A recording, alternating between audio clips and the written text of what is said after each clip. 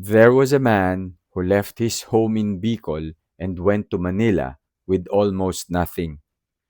He did not have any influential connections. He did not come from a wealthy family. When he came here, he worked as a car wash boy.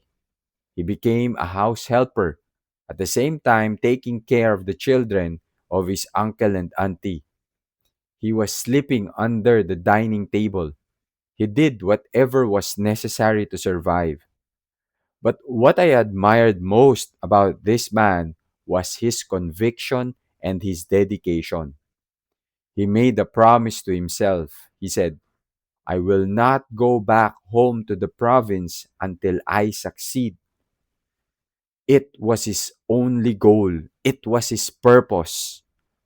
Then one day, he got accepted into military training, and that opportunity changed the direction of his life.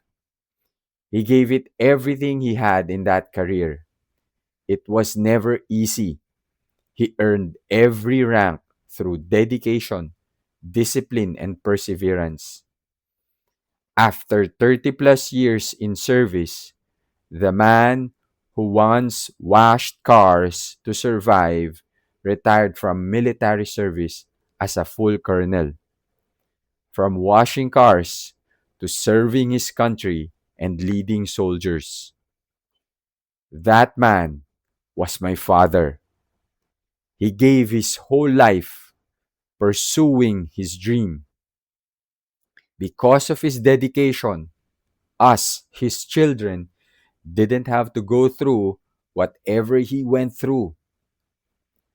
That was one of the many lessons I learned from my father. Never give up on your goal, on your purpose. Dedicate your whole life in working hard to achieve your goal.